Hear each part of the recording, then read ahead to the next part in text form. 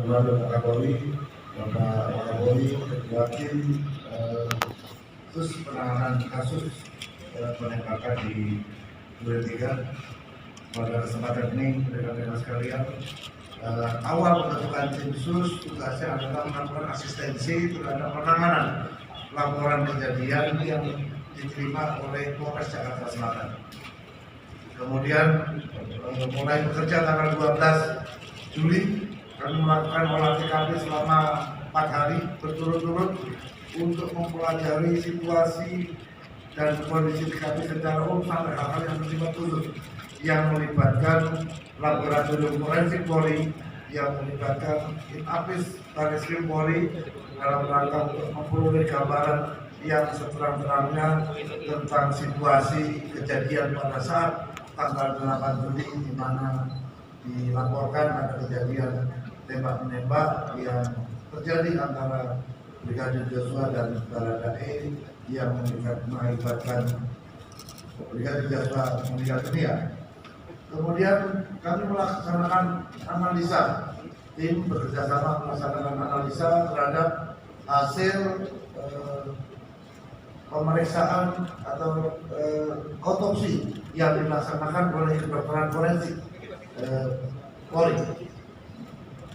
Kita cek hasil otopsinya seperti apa, perkenaan tembakannya seperti apa, ada atau tidak penganiayaan yang dilakukan, ada nggak luka lain selain luka tembak, sehingga kita bisa memperoleh gambaran dari TKP dan hasil analisa terhadap hasil otopsi yang sudah dilakukan. Kemudian pada saat kita melaksanakan olah TKP, kita juga berusaha untuk mencari sidik jari dan DNA di seluruh lokasi yang kemungkinan menjadi aktivitas orang-orang yang ditemukan pada saat pertama kali ada kejadian.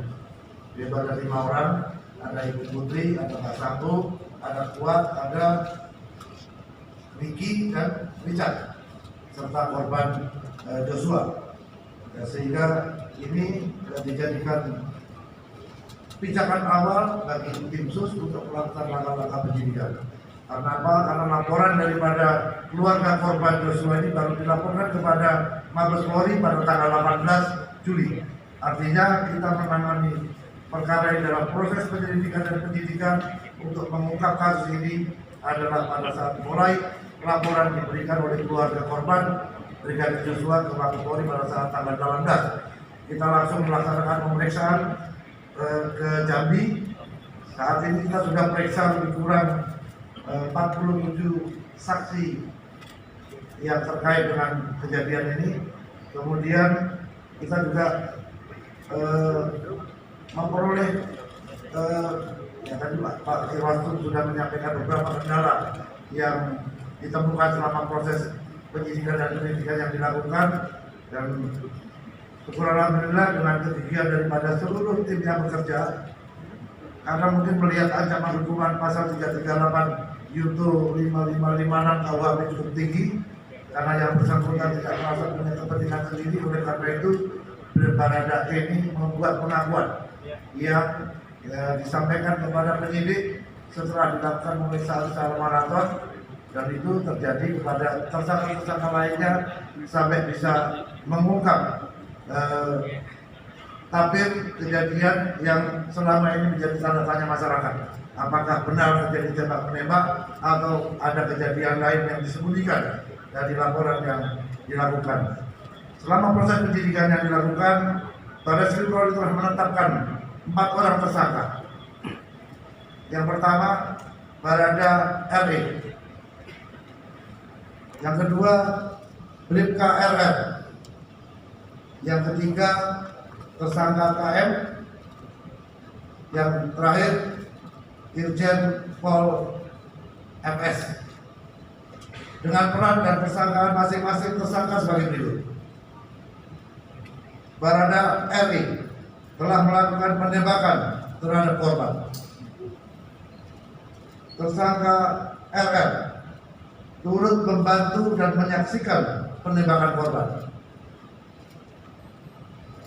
KM turut membantu dan menyaksikan penembakan terhadap korban.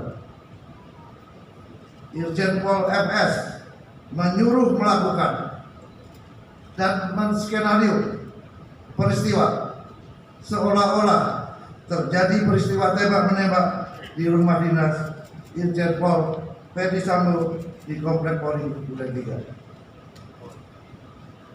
Berdasarkan hasil pemeriksaan keempat tersangka, menurut perannya masing-masing, penyidik menerapkan pasal 340, subsidiar pasal 338, junto pasal 55, 56 KUHP dengan ancaman maksimal hukuman mati, penjara seumur hidup, atau penjara selama-lamanya 20 tahun.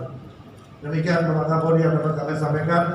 Mudah-mudahan ini bisa memberikan jawaban kepada masyarakat atas